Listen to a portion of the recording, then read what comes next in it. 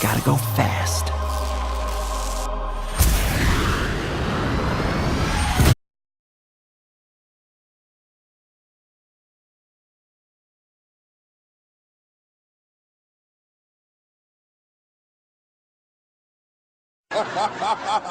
How many of you know people who moan and groan and complain about life all the time, all right? They might moan and groan about their job. I'm sick of this job. I'm sick of you. And they just moan and groan and complain all the time and never do anything about it. They haven't got to the point where they're sick and tired of being sick and tired. They just have enough energy to complain about it, and they consider that, in fact, they believe that that's equivalent to doing something about it, just complaining.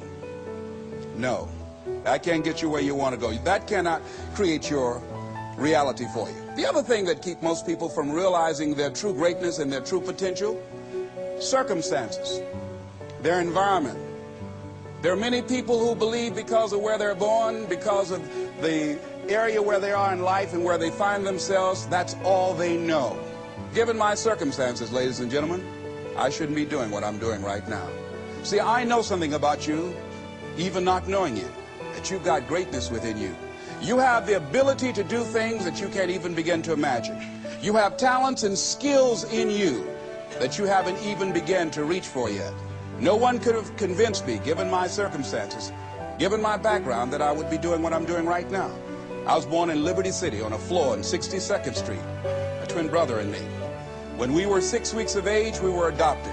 When I was in 5th grade, I was identified as EMR, labeled educable mentally retarded, and put back from the 5th grade into the 4th grade, and stayed in that category until I got out of high school.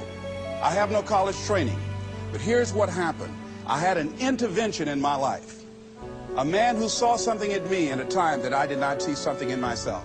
I never forget being in his class one day waiting on a friend of mine who was there to rehearse for a play. He did not show up, and he asked me to go up to the board and write something on the board. And I said, I can't do that, sir. He said, why not? I said, well, I'm in a special education class. He said, what do you mean? I said, go up to the board and write what I'm about to tell you. I said, I can't do that, sir. Why not? I'm educable mentally retarded. And he came from behind his desk. He said, don't ever say that again. Someone's opinion of you does not have to become your reality. And that changed my life. It was Oliver Wendell Holmes who said that once a person's mind is expanded with an idea or a concept, it can never be satisfied to going back to where it was. So some of you are going to experience a breakthrough. Some of you are going to go back and look at your dreams and brush them off. Some of you are going to begin to look at yourself and say, hey, look here, I know I have not done all that I can do. Whatever goal that you have in mind, I want that to be a goal that will challenge you, something that will make you stretch. It was Osborne who said, unless you attempt to do something beyond that which you've already mastered, you will never grow. What is it that you looked at some point in time and you decided that you couldn't do it, that you talked yourself out of it? Whatever it is, bring it back out there. How you're going to do it, that will come to you in due time. See, you don't get in life what you want, ladies and gentlemen. You get in life what you are, not what you want.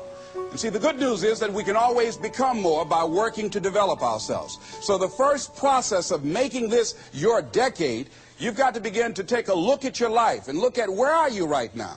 What are your strengths? What are your weaknesses? What gives your life a sense of fulfillment, a sense of joy? What does a full, rich life means to you? What is it that you could love doing 7 days a week that'll bring a smile to your face? Think about that.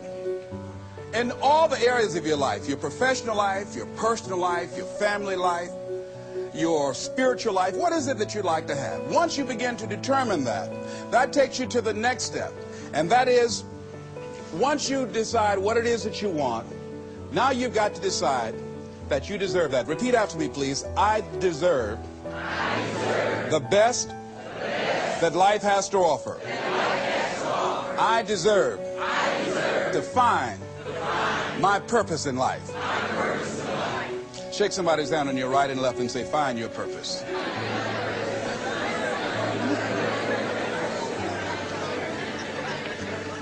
Do you know by actively pursuing your purpose, it could perhaps extend your life?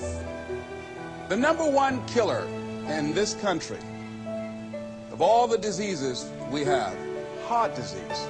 It's the #1 killer.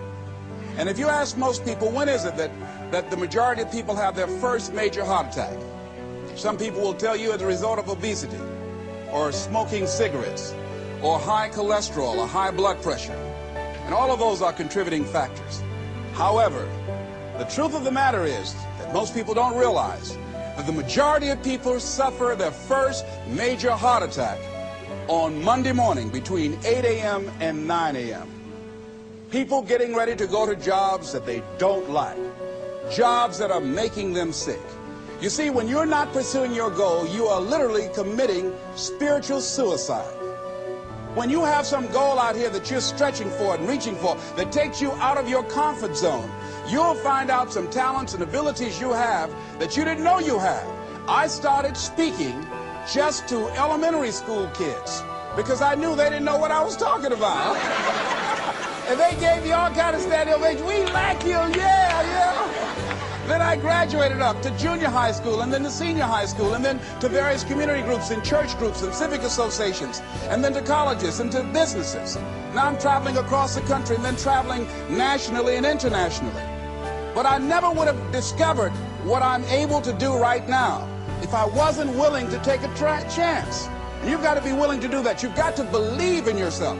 I was doing work for a major corporation, and they were having a major downsizing. It's just another terminology for major firings.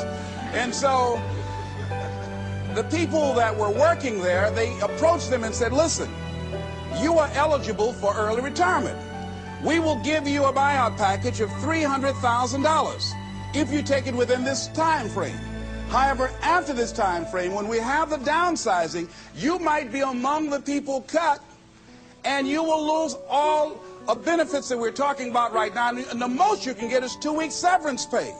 Ladies and gentlemen, only 50% of the people that were eligible took this. Let me tell you something. If I'd been there, I'd have gone to ask for your check. Listen, Marvin told me to get his check. He's home with his mama.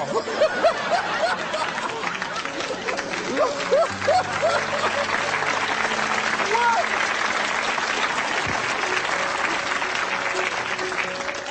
I would have taken that money so quick and had other people checks. They said, Les got your check. See, ladies and gentlemen, life is too short trying to play it safe.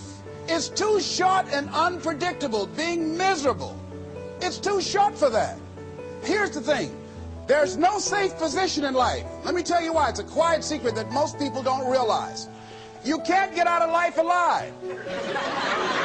Hello, you can't get out of life alive. So there's no safe position. You can die in the bleachers or you can die on the field. You might as well come out on the field and have a good time, right?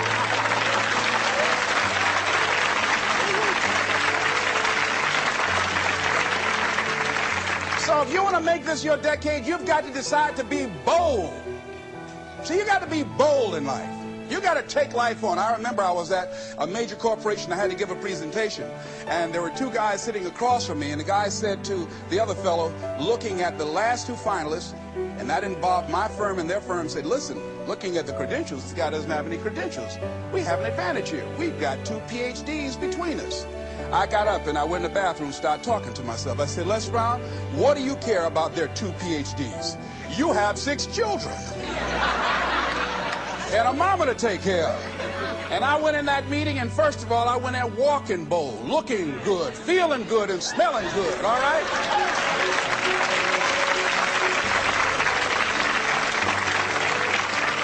And I sat across that table and we started negotiating, and I operated in a spirit of absolute certainty. I looked at them as if the only reason that they were born was to give me that contract. They survived 1 out of 9 million sperms to carry out this transaction. And I got the contract. Hello.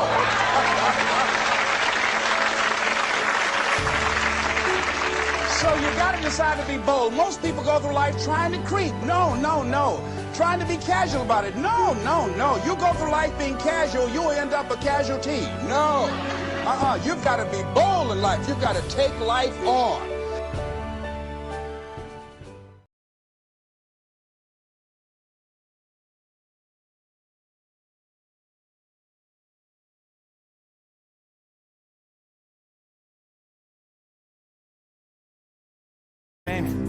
Benny. Nobody cares.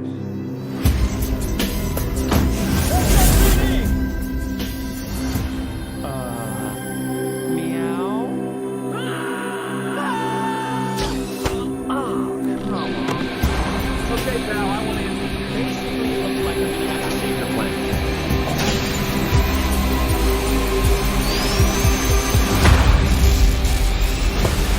Oh, is that all you got? No, but thank you for asking. Uh-oh. Whatever this creature is, our job is to secure it, neutralize it, see what makes it tick.